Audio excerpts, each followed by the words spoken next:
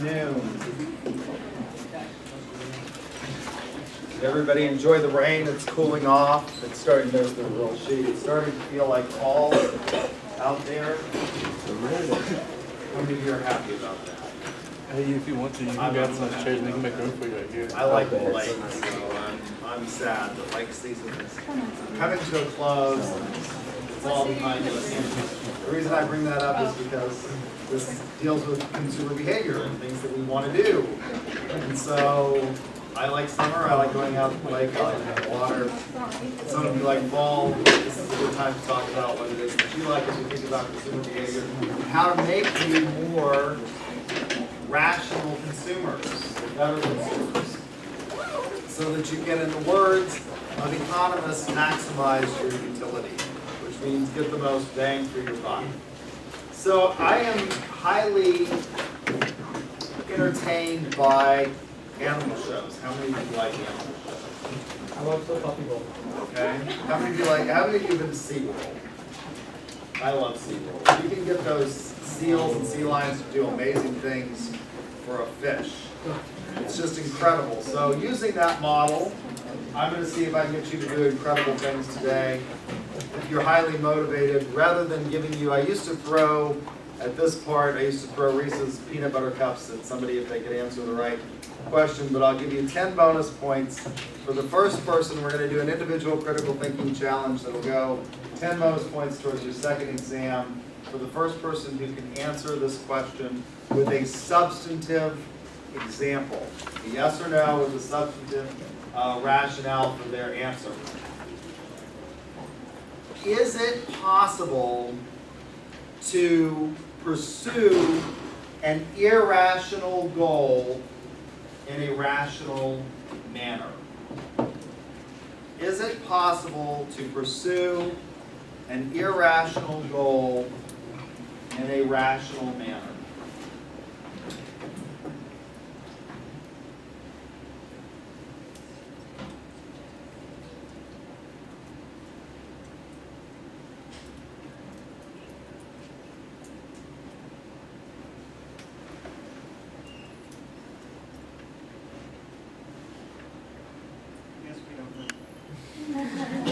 Nobody wants 10 bonus points on exam 2.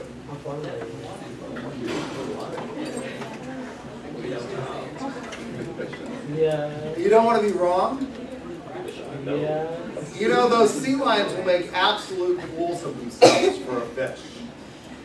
Puppy sea lion. Okay. Okay, so I think it's a yes, because even with irrationality, there's always some rational order behind it. It's not like the universe, where the universe might seem chaotic, but there's actually some order to it in a way. So whenever you try to pursue an irrational goal, kind of like a girl who you like or a guy you like, which is low, which is irrational at times, you think that rational way to get you there. First you approach them, then you try to get to know them, then you see if there's any chemistry or not. Well, that's up to you. The next thing you do, you get their number, ask for a date, and magic happens. But Magic happens, okay. So I agree. you think that love is irrational? Love is the set of chemicals that goes off in your brain. So it's an irrational. Yeah, that's why I believe, because there's not a set rationality to how you love someone. Okay. I think Mr. Tran just won 10 points. He's absolutely correct. Yes, it is possible to pursue an irrational goal from a perfectly rational perspective. And the reason that I ask this question is because largely consumer behavior research is predicated on what we call the rational actor model. The rational actor model. Now, what we have to distinguish in this is whether or not we're talking about low-level rationality, which is the pursuit of an irrational goal from a rational perspective, versus higher-order rationality. And it is possible to pursue irrational goals in a perfectly rational manner. What would be an irrational goal? Well, Mr. Tran suggests that love is, or the pursuit of a relationship is an irrational goal.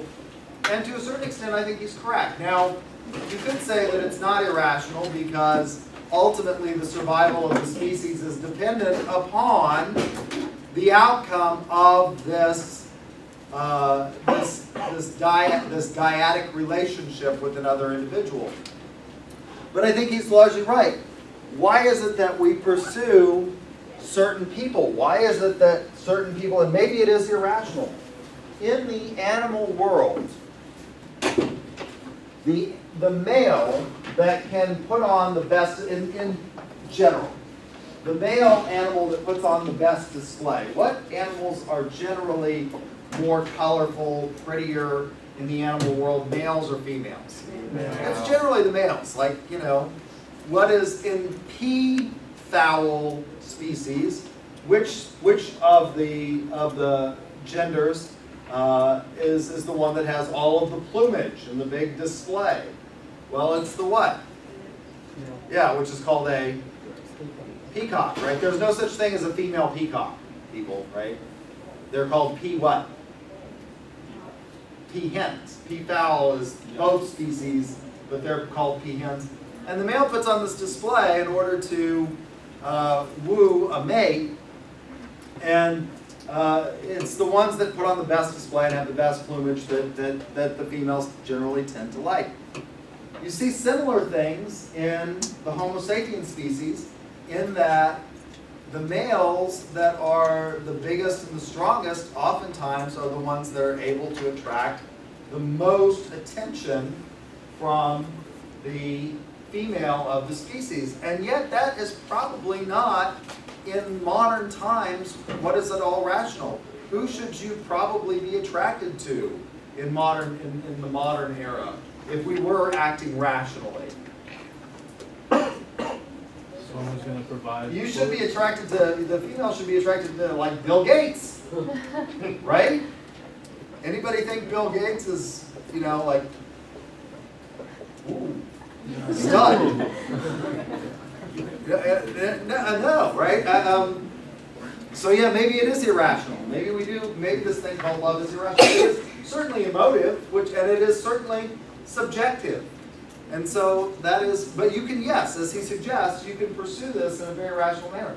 You find somebody that you are interested in, you go up, you start by, you know, I'm going to make a plan, I'm going to talk to her first, and then I'm going to go, and I'm going to ask her on a date. You know, and yes, you can pursue these goals.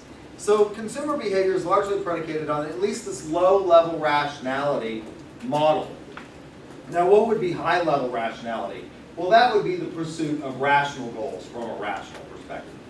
You can pursue, the opposite is also true, you can pursue a perfectly rational goal in a completely irrational manner. What would be a rational goal? Well, I want to get a college education so I'll get a better job, and I want to get a sales degree from the University of Central Oklahoma. And so in order to get that degree, I'll throw darts at the course catalog and determine what. That's a rational goal, a high level, a very, very high order rationality, and you're going about it in a completely irrational manner. So consumer behavior is largely predicated on this idea that people pursue goals. And in the pursuit of those goals, they make plans to achieve these goals. And this usually begins with problem recognition. Now, the problems that are recognized, that we recognize, are largely based on, in classical consumer behavior, Maslow's hierarchy of needs. So what is Maslow's hierarchy of needs? Now, what Maslow comes up with is these levels of needs, and he says that you can't move from one level to the next without satisfying the needs at a lower level, and I'm not sure that that is true. At least after you get past this level. I'm not sure that you can't go between the levels depending upon the context. Maslow sort of intimates that you can't. That if you fall back a level, you have to satisfy those needs before. And I'm not sure that's necessarily true. But we can think about this. At least these first two levels, I think that is true. Physiological needs. What are the physiological needs? That's the lowest level. And this sort of makes sense. You need food, water, shelter. Those are physiological needs. And you'll risk your safety in order to accomplish those needs, won't you? If you are homeless, what might you do to satisfy these lower physiological needs that would compromise your safety needs? Beg for money. maybe, is begging, you might what? You might steal. And in Oklahoma, that could lead to bad results, couldn't it? Because we have the Make My Day law in Oklahoma. We're not as fervent in the enforcement of that law as Texas is. In Oklahoma, you have to actually have some sense of physical danger to yourself before you smite somebody. In Texas, you are perfectly within your rights to protect your chattel properties and kill somebody else. So you know, if you steal, it might turn out badly for you, and you might sacrifice your safety needs. Once these physiological needs are met, then you start worrying about safety.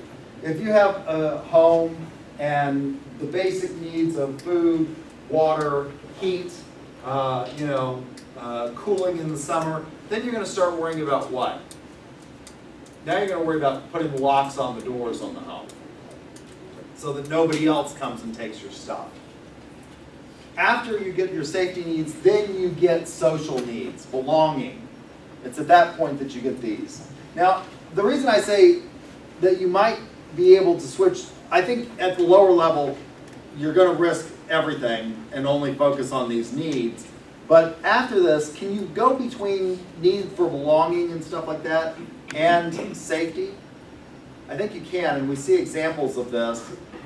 People spend enormous amounts of money. They're very concerned about their safety. Studies show that the average American is very concerned and believes that crime is on the rise, and in fact, it's actually not what's been happening to crime.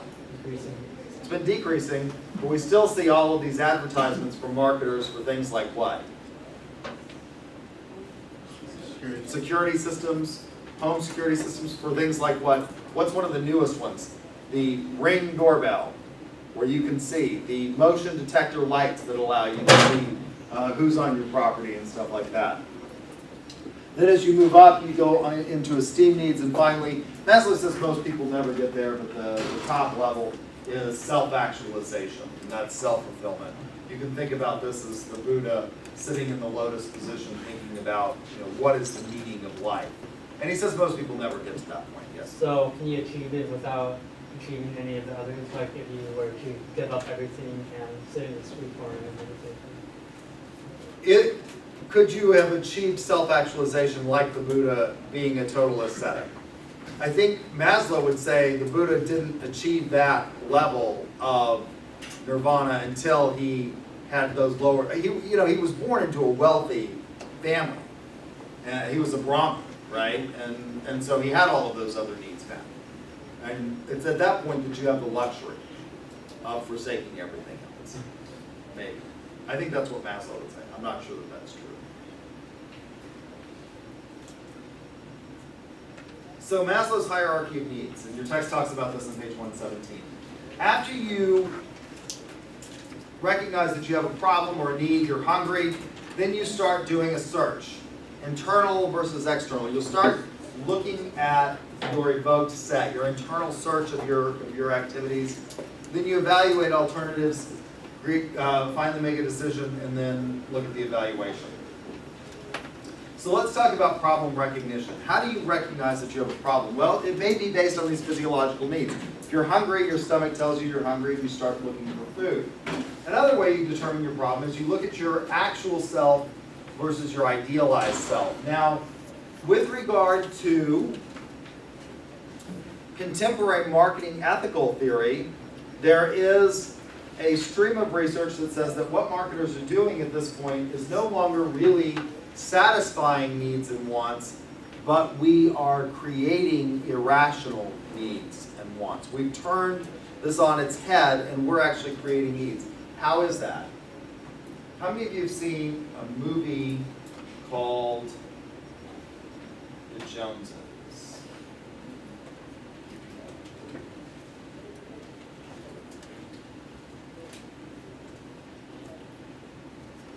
So this is the movie poster for The Joneses. It stars Demi Moore.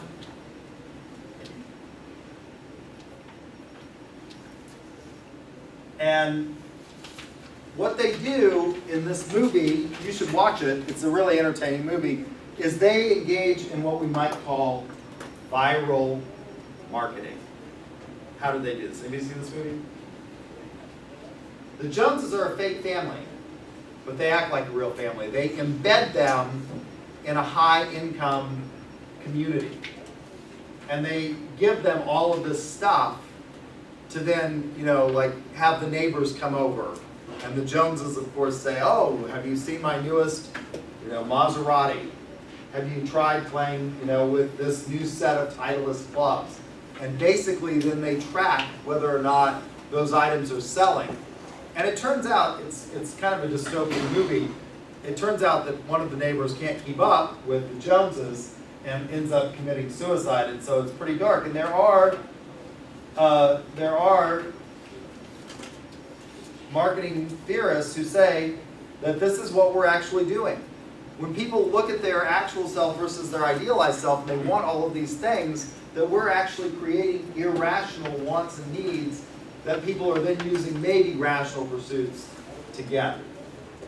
So the combination of looking at your actual self versus your idealized self, the combination of the two influences the products, brands, and services that we're actually going to purchase. Now, if we look at the Hegelian dialectic and we think about this, so we have rational actor model. Well, there's going to be an antithesis to the rational actor model, and that antithesis is going to be what we might call what on the slide? People are not rational. The irrational actor model. People are not rational. What does the irrational actor model say? It says that we don't actually do this. We don't go through this setup or the steps in the process. We just sort of react to various stimuli in very predictable ways. In very predictable but irrational ways. And of course, I mentioned this to you before. Mark Lindstrom in biology says that we can actually predict what people are going to buy based on looking at their brain activity when we show them certain stimuli. And it's not just in looking at their brain activity. We can now do what? Well, we can actually see what they're looking at, for example, in ads, using eye tracking. So we put people in these booths and we watch where their eyes go, or we put them in a virtual reality. How many of you tried these virtual reality viewers? Anybody tried one? Only 2 people have tried them? You can actually get them pretty cheap now. They're not, you don't even have to have a very sophisticated viewer anymore. You can use your what to use what kind of virtual reality viewer you used? These goggles, so you get an app on your phone. And then You get an app on your phone, you can put your phone in the and then in the goggles, Yeah. and then you can actually Like your phones. yeah, and it looks like you can go through the Taj Mahal and see what the interior. I mean, it's like you're walking through the Taj Mahal. The Taj Mahal, by the way, has the world's largest single loomed carpet. The world's largest single was built on one loom. You know what the second largest single loom carpet in the world is? It's in Guthrie, Oklahoma. At the Masonic Temple in Guthrie. Fun fact. So the reason I tell you this is because I went through this virtual reality just so I could see the carpet in the Taj. And so it's incredible what you can do with these virtual realities. And one of the things that we can do with these kind of virtual reality viewers is we can now watch where it can monitor where your eye is following on these things and determine what it is that you like, so that we can do what with our ads? Well, we can create ads that are more appealing to you based on your eye tracking motion. So we can predict this in very predictable ways. And so Lindstrom says that we're getting to the point where we can actually do what Alessandro Acquisti was talking about, actually buy products before you even think you need them, and plan on that and being able to sell them to you.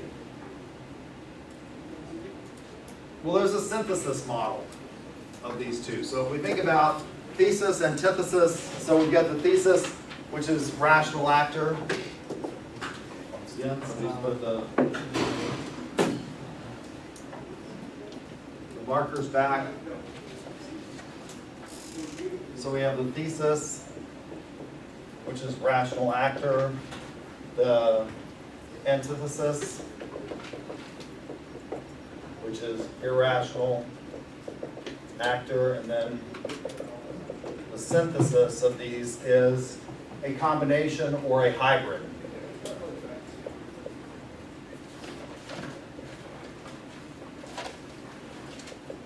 Of consumer behavior, a hybrid model of consumer behavior.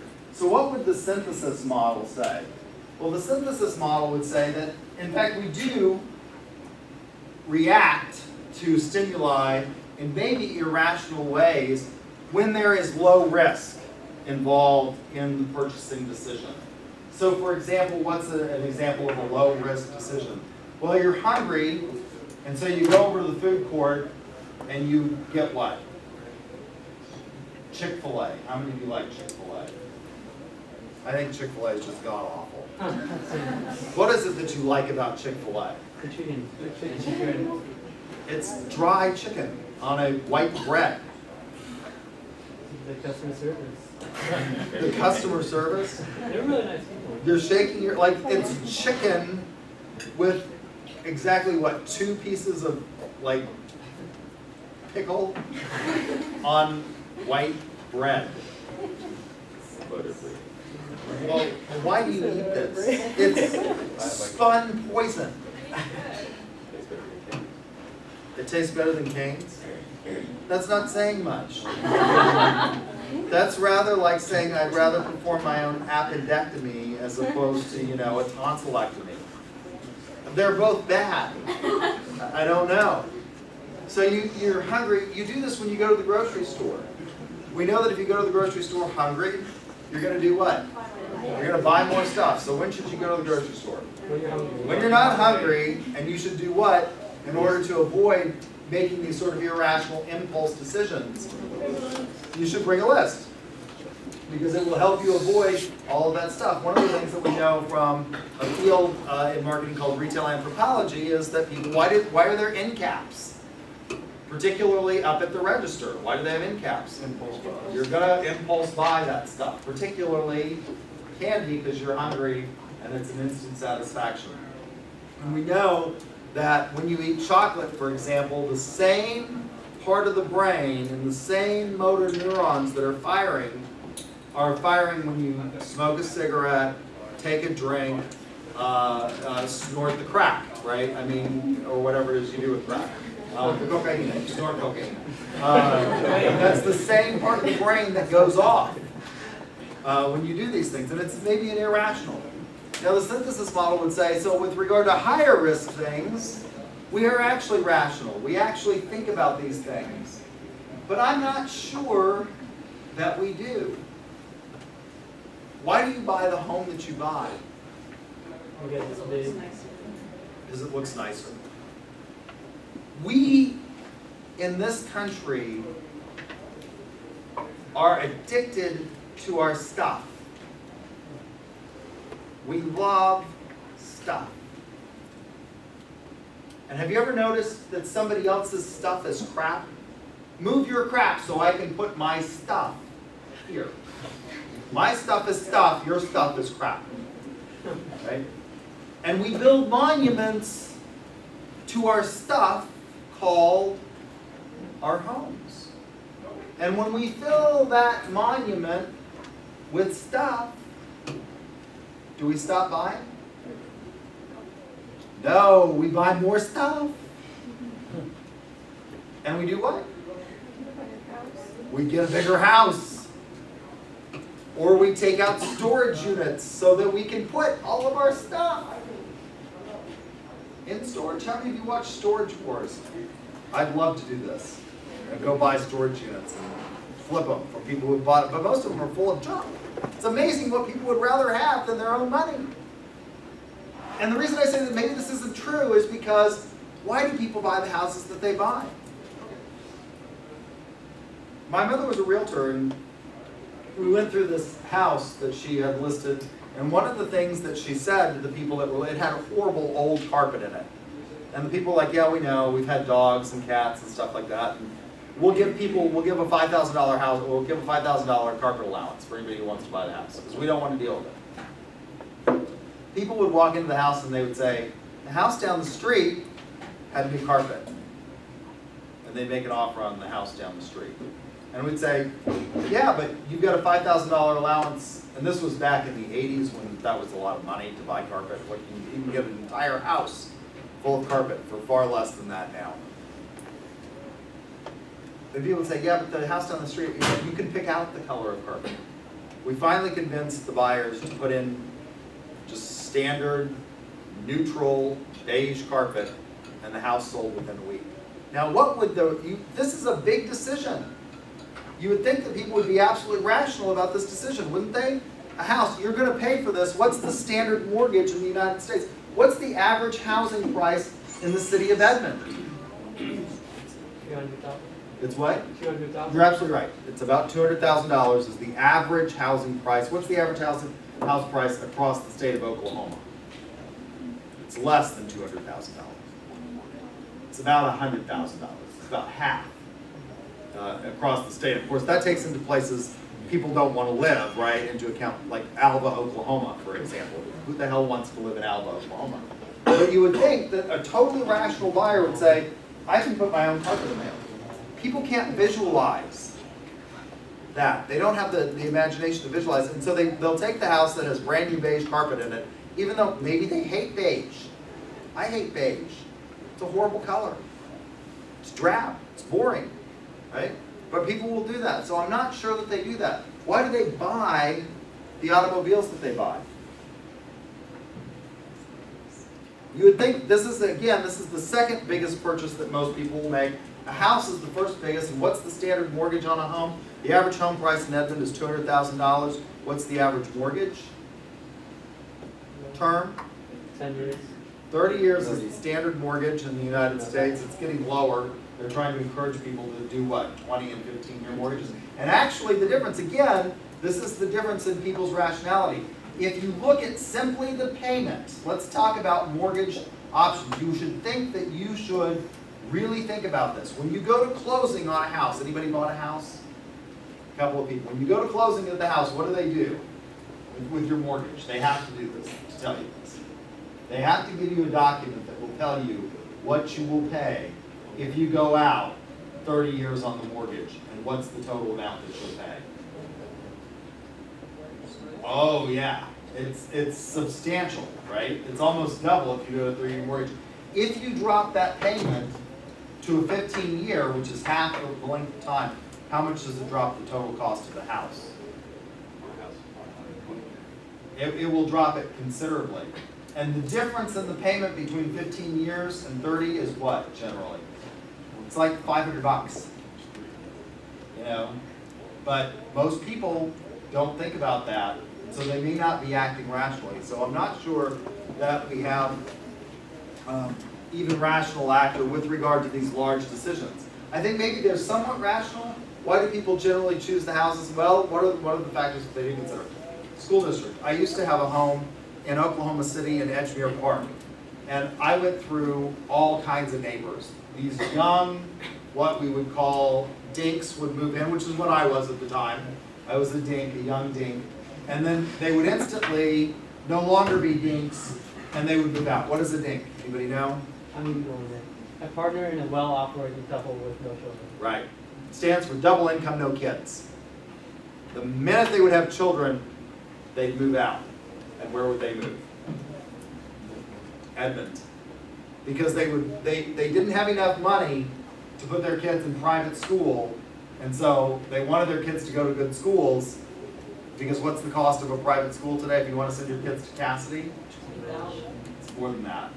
It's more than 20 grand to send your kids. You know, it's a lot of money. So they move instantly out of that neighborhood to Edmond. So that may be a rational decision. So school districts, things like that, but around the edges and the margins, I'm not sure they're totally rational.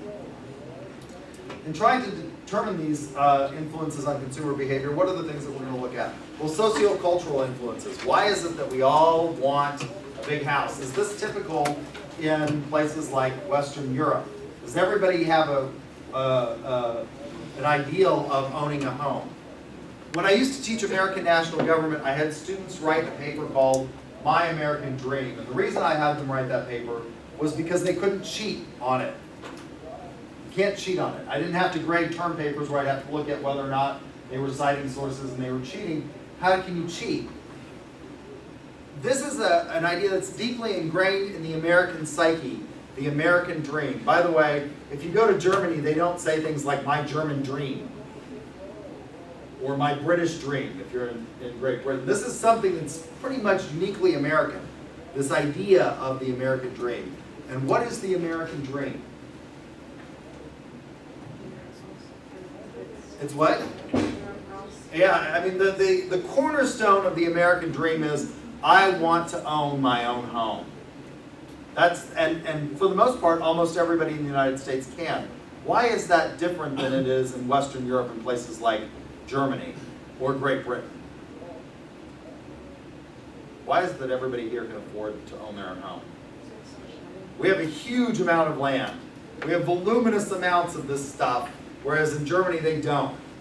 And so they don't necessarily have this idea of owning homes. So socio-cultural influences will play a big role on consumer behavior. Your friends, your family. Psychological. Perception is reality. What kinds of psychological influences play a role in our purchasing decisions, in your purchasing decisions? Why is it that you wear the clothes that you wear? My parents bought it. Your what? My parents bought it. Your parents bought it for you. Most people don't let their parents dress them. Why is it that you wear the things that you wear? I don't see any, as I look out among the crowd here, I don't see any Lady Gagas or Madonnas back in the day out here. Why? Keeping up with the Joneses? People would look at you strange if you showed up in a Gaga outfit, wouldn't they? She wants the attention. Most of you want what? Most of you want to fit in. You don't want to stand out from the crowd. So psychological. And then we have psychographics. This is a combination of these things. And it's done by Strategic Business Insights. And you can do this. You can take the VALS test. If you go to strategicbusinessinsights.com, you can take the VALS survey and determine what category you fit in. And basically, it measures you on a 2x2 matrix, whether or not you have high resources versus low resources, and the kind of activities and psychographics that you like. So they come up with a typology in VALS that consists of 8 types. So we've got innovators, thinkers, achievers, experiencers, at the top half and the bottom half, believers, strivers, makers, and survivors. And it's pretty